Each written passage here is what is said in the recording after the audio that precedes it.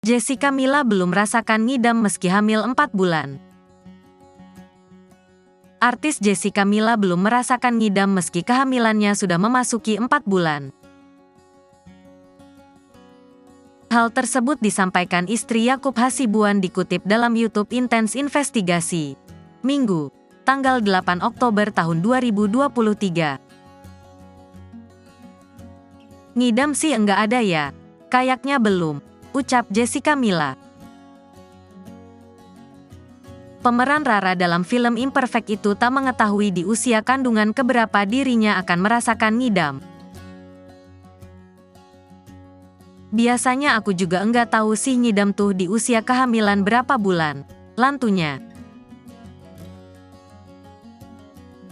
Namun, untuk saat ini, wanita berusia 31 tahun itu mengaku belum merasakan ngidam apapun.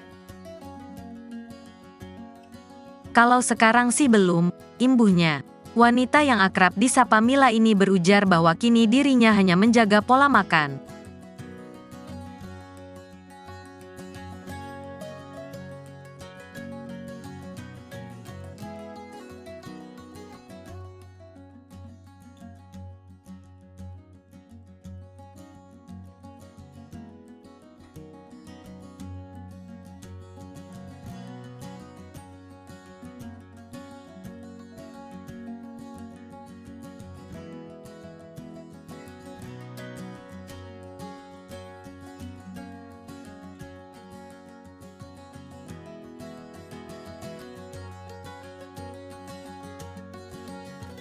Sebab, di usia kandungan